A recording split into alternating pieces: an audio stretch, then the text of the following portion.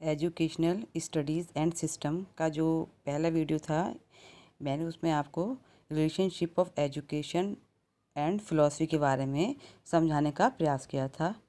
आज का हमारा टॉपिक है relationship of education and sociology. Education को मैं आपको फिर से रिपीट नहीं करूँगी क्योंकि मैं एजुकेशन के बारे में आपको डिटेल में समझा चुकी हूँ। अब आगे जो भी वीडियो आएंगे जिसमें हम एजुकेशन का रिलेशनशिप अदर सब्जेक्ट से देखेंगे तो उसमें एजुकेशन के बारे में हम डिस्कस नहीं करेंगे। अब वो देखते हैं सोशियोलॉजी यानी कि समाजशास्त्र। समाजशास्त्र के पहले हम इस वीडियो में थोड़ा समाजशास्त्र के बारे में देख लेते हैं कि समाजशास्त्र है क्या, और उससे जो नेक्स्ट वीडियो आएंगे उसके बाद आप समाजशास्त्र का कैसे एजुकेशन से रिलेशनशिप है उसके बारे में समझने का प्रयास करेंगे।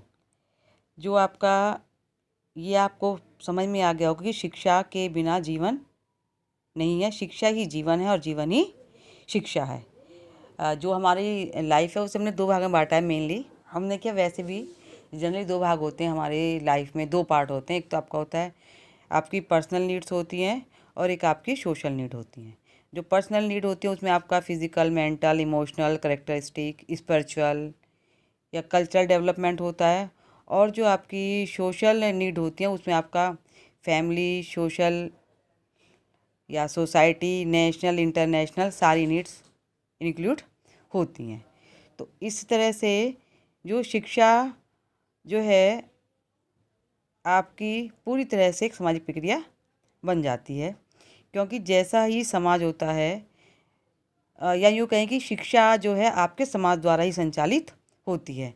जब तक समाज का अस्तित्व रहेगा तब तक शिक्षा का अस्तित्व रहेगा, और जब समाज ही नहीं रहेगा तो फिर शिक्षा का स्वरूप या उसकी प्रकृति, उद्देश्य वो सब आपके बेकार हो जाएंगे। अब इसलिए जो शिक्षा का जो एक होता है सामाजिक आधार, तो शिक्षा का सामाजिक आधार का मतलब होता है कि शिक्षा की जो व्यवस्था इस तरह की जाए वो जो आपका समाज है उसकी आवश्यकताएं, आकांक्षाएं और आदर्शों को फुलफिल कर सके। इसलिए जो है एजुकेशन जब पढ़ाया जाता है तो उसमें आपको समाजशास्त्र के बारे में भी समझाने का प्रयास किया जाता है, क्योंकि जो भी हम चीज़ पढ़ा रहे होते हैं वो सारी चीज़ें जो जिस समाज में हम रह रहे होते हैं उस समाज से रिलेटेड होती हैं। इसलिए जो शिक्षा का जो सामाजिक आधार है वो है आपका समाजशास्त्र, क्योंकि समाजशास्त्र ही वह विषय है जो कि बताता है कि समाज क्या है, समाज का निर्माण कैसे हुआ। और मनुष्य जो है एक सोशल प्राणी है, सामाजिक प्राणी है, और अगर समाज नहीं है तो व्यक्ति नहीं है, और व्यक्ति नहीं तो समाज नहीं, कि एक दूसरे के बिना कोई भी अस्तित्व नहीं है। या यूँ कहें कि एक सिक्के के दो पहलू हैं जो एक दूसरे से बहुत ज़्यादा गुथे हुए हैं। अगर एक को भी ख़त्म करने का प्रयास करोगे तो दूसरी चीज़ ऑटोमेटिकली ख़त्म हो जाएगी। समाज एक मूर्त संकल्पना है जिसका जो तैयार कैसे होती है, ह्यूमन बींग्स के द्वारा तैयार होती है। तो प्राचीन समय से ही समाज और मनुष्यों के बारे में अध्ययन होता आया है, और सब लोगों ने समाज की व्याख्या अलग अलग तरीके से की। जो प्रॉपर में जो विचार आ रहा था, प्लेटो ने ये कहा था कि व्यक्ति ठीक उसी प्रकार से व्यवहार करता है जिस प्रकार से समाज उसे व्यवहार करना सिखाता है। जैसे आप अपने बच्चे को बनाना चाहोगे, आप वैसे उसे व्यवहार करना सिखाओगे। यानी कि व्यक्ति का व्यवहार क्या हो गया, समाज की उपज, जिसमें कि जिस समाज में जन्म लेता है। और अरस्तु ने तो ये कह दिया था कि वो व्यक्ति अपने आप को संपूर्ण संसार का वो अपना कहने से बिल्कुल ही इनकार कर देगा अगर समाज में कोई भी नहीं रहेगा। अकेला व्यक्ति कभी भी जो है समाज में रहना पसंद नहीं करेगा, क्योंकि जब उसके साथ कोई होगा ही नहीं, किसी रिलेशनशिप ही नहीं होगी, वो अपना मेंटल फिजिकल डेवलपमेंट किस बेस पर कर पाएगा। तो इसलिए समाज जो आपका सामुदायिक जीवन है उसका बहुत ज़्यादा महत्व है। प्राचीन समय से बहुत सारे विचार होते रहे, लेकिन आधुनिक समय में आपका 1938 में जो आपके अगस्त काम्टे थे उन्होंने समाजशास्त्र की नींव रखी और उसे वैज्ञानिक रूप दे दिया। जो इससे पहले समाजशास्त्र का अध्ययन होता था उसे अगस्त काम्टे ने सोशल फिजिक्स कहा, लेकिन सोशल फिजिक्स का नाम बदलकर हो गया आपका सोशियोलॉजी, और उसको अब हम वैज्ञानिक अध्ययन की तरह से उसका अध्ययन करने लगे। यानी कि अब क्या हुआ, समाजशास्त्र के जनक कौन हुए, आपके अगस्त काम्टे। अब बहुत सारे लोग हुए जिन्होंने समाजशास्त्र को एक नया आयाम दिया। आपके उसमें लेस्टर वार्ड थे, फ्रांस के इमाइल दुर्खीम थे, मॉन्टेन, मॉस, रेजल, सोरोकिन, पारनसन, बहुत सारे थे। क्योंकि अगर किसी ने समाजशास्त्र नहीं पढ़ा तो उसे पता नहीं होगा ये कौन थे, लेकिन ये सारे समाजशास्त्री थे जिन्होंने कि समाजशास्त्र को एक व्यवस्थित रूप दिया और समाजशास्त्र का उपयोग समाज का हम रिकंस्ट्रक्शन कैसे करें उसके बारे में समझाने का प्रयास किया। जनरली आप देख लीजिए, अगर शाब्दिक अर्थ देखें तो सोशियोलॉजी 2 शब्द से बना है, सोसस प्लस लोगस। ये जो सोसस प्लस लोगस ये लैटिन भाषा के शब्द हैं। सोसस का मतलब समाज और लोगस का मतलब विज्ञान, यानी कि अब आपका हो गया समाज का विज्ञान। तो जब हम समाज का अध्ययन करते हैं या समाज के बारे में ज्ञान प्राप्त करने का प्रयास करते हैं तो वो हो जाता है आपका समाज का विज्ञान, यानी कि समाज से संबंधित विज्ञान, जिसमें कि हम समाज के बारे में एक सिस्टमेटिक वे में अध्ययन करते हैं। समाज शास्त्र का संबंध सिर्फ मानव समाज से होता है, यानी कि समाज शास्त्र का अध्ययन क्षेत्र क्या हुआ आपका, मानव समाज। उसके अतिरिक्त समाज शास्त्र का संबंध और किसी से नहीं है। जो हमारे आसपास और जीव जंतु रहते हैं उससे कोई मतलब नहीं, ये सिर्फ मनुष्य के बारे में ही बताता है। यानी कि जो जिस बर्ड थे उनका ये कहना था, यदि व्यक्ति स्वभाव से एक दार्शनिक है तो स्वभावतः वह एक समाजशास्त्री ही होगा। तो इस तरह के विचार आते चले गए। अब आप ये समझिए कि सबसे पहले प्लेटो ने जो वेस्टर्न वर्ड था उसमें इन्होंने सबसे पहले समाज के स्वरूप की व्याख्या करने का प्रयास किया। इसी के बाद इन्हीं के शिष्य अरस्तु ने मनुष्य को एक चेतन और सामाजिक प्राणी माना था और आपसी संबंधों का, माने कि मनुष्य का और समाज के आपसी संबंधों का अध्ययन करने का प्रारंभ या प्रयास किया। बहुत पुरानी बात है, प्लेटो ईसा पूर्व जन्म हुआ था इनका, और उसके बाद अरस्तु है। फिर आपके जो हैं अरस्तु के बाद लंबे समय तक आपके पाश्चात्य जगत में समाजशास्त्र का जो जन्म एक स्वतंत्र विषय के रूप में नहीं था। 19वीं शताब्दी के प्रारंभ में, यानी कि 1938 बताया मैंने आपको कि ऑगस्ट काम्टे ने समाजशास्त्र का एक नया रूप दिया। यानी कि वो पहले वैज्ञानिक जिन्होंने समाजशास्त्र का एक वैज्ञानिक अध्ययन शुरू किया।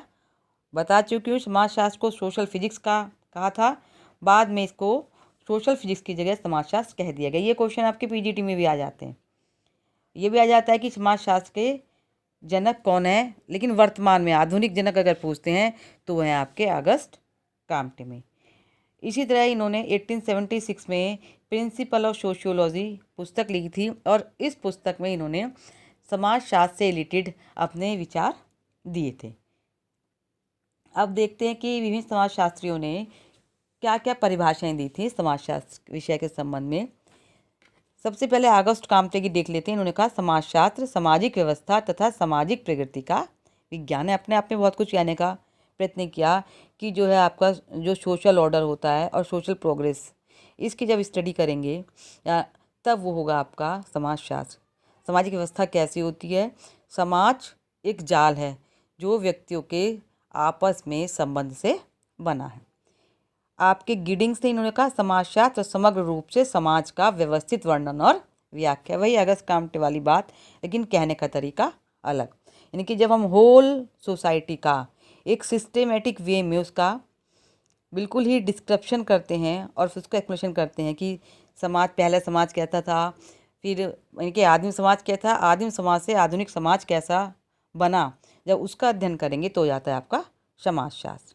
नेक्स्ट आपके इमाइल दुर्खीम, ये बहुत ही फेमस समाजशास्त्री हुए हैं। इन्होंने कहा समाजशास्त्र सामूहिक प्रतिनिधित्व का विज्ञान है, कलेक्टिव रिप्रेजेंटेशन।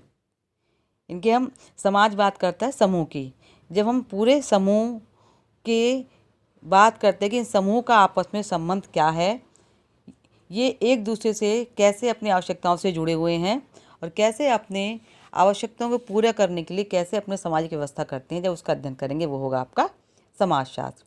ऐसे आपके मैकाइवर पेज, समाजशास्त्र सामाजिक संबंधों का व्यवस्थित अध्ययन है।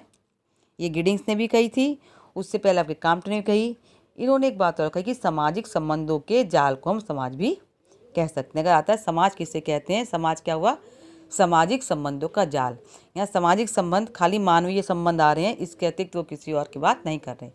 तो जिस समाज में मानवीय संबंध बहुत ही ज़्यादा सौहार्दपूर्ण और समरस होंगे, वहाँ का समाज निश्चित रूप से अच्छा ही होगा। अब समाज धीरे धीरे जैसे जैसे चीज़ें बदलती गईं, वैसे वैसे समाज का रूप भी परिवर्तित होता चला गया। आध्यात्मिक समाज से स्टार्ट हुआ और वर्तमान में जो समाज का स्वरूप हो गया वो हो गया आपका बिल्कुल ही टेक्नोलॉजिकल डिजिटल सोसाइटी आपकी वर्तमान में चल रही है। नेक्स्ट है आपका मैक्स वेबर। मैक्स वेबर कह रहे हैं समाजशास्त्र वह विज्ञान है जो सामाजिक क्रियाओं का विश्लेषण व बोध कराता है।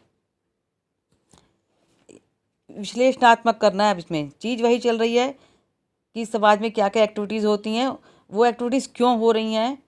उसके लिए जब आप स्टेप बाय स्टेप डिटेल में सूक्ष्म से सूक्ष्म बात का अध्ययन करेंगे, उसे जानना चाहेंगे, तब हो जाएगा आपका विश्लेषणात्मक बोध।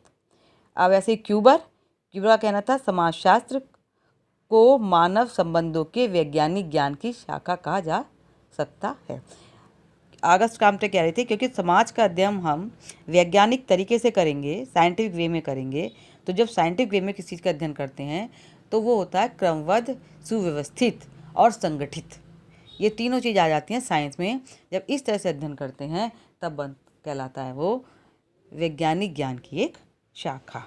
तो ये सारी, इसके अतिरिक्त बहुत सारी परिभाषाएं थी, जैसे सोरोकिन ने कहा कि समाजशास्त्र सामाजिक सांस्कृतिक घटनाओं के सामान्य स्वरूप, प्रारूप और उनके संबंधों का अध्ययन करता है। ऐसी गिलिन ने कहा कि मानव समूह के संयोग से उत्पन्न होने वाली अंतः क्रियाओं का अध्ययन जिस विषय में किया जाता है वो है समाजशास्त्र। तो जो ये सारी डेफिनेशन अगर आप देखेंगे और उसको डिटेल में जाएंगे तो आपको समझ में आएगा कि समाजशास्त्र के अंतर्गत व्यक्ति और समाज के, इनके पर्सन टू सोसाइटी के इंडिविजुअल, सोशल, कल्चरल और नेशनल सभी तरह की जो रिलेशनशिप है उनकी व्याख्या की जाती है, उनका विश्लेषण किया जाता है। और जब हम इनका विश्लेषण कर रहे होते हैं तो ये देखते हैं कि उस समाज के रीति रिवाज, वहाँ के लोक व्यवहार, वहाँ की सामाजिक नैतिक संस्थाएं, वहाँ क्या जाति उपजाति व्यवस्थाएं हैं, क्या संप्रदाय हैं, वहाँ की अर्थव्यवस्था क्या है, आर्थिक या राजनीतिक स्थिति क्या है। जब इन सब का हम अध्ययन करते हैं कि इसका समाज के जीवन और क्रियाकलापों का पर क्या प्रभाव पड़ता है, और जब इसका हम वैज्ञानिक तरीके से अध्ययन किया जाता है तो कहलाता है आपका समाजशास्त्र। अब समाजशास्त्र के अंदर आप भौतिक समाज का अध्ययन भी करते हैं और एक आध्यात्मिक समाज का भी अध्ययन करते हैं। समाजशास्त्र के वर्तमान से जुड़ा हुआ नहीं है, समाजशास्त्र आपके भूत से भी जुड़ा हुआ है, भविष्य भी से भी और वर्तमान से भी जुड़ा हुआ है। आदिम समाज कुछ और था, आदिम समाज के बाद धीरे धीरे परिवर्तन आते चले गए। समाज का स्वरूप, जो समाज का स्वरूप बिल्कुल ही जटिल था, सरल था, वो समाज का स्वरूप धीरे धीरे जातियाँ, उपजातियाँ, उपजातियों में कन्वर्ट होता होता बहुत ही जटिल होता चला गया। तो ये था थोड़ा सा समाजशास्त्र के बारे में। उसके बाद थोड़ा सा समाजशास्त्र का कंटेंट और समाजशास्त्र कैसे आपका एजुकेशन से जुड़ा हुआ है।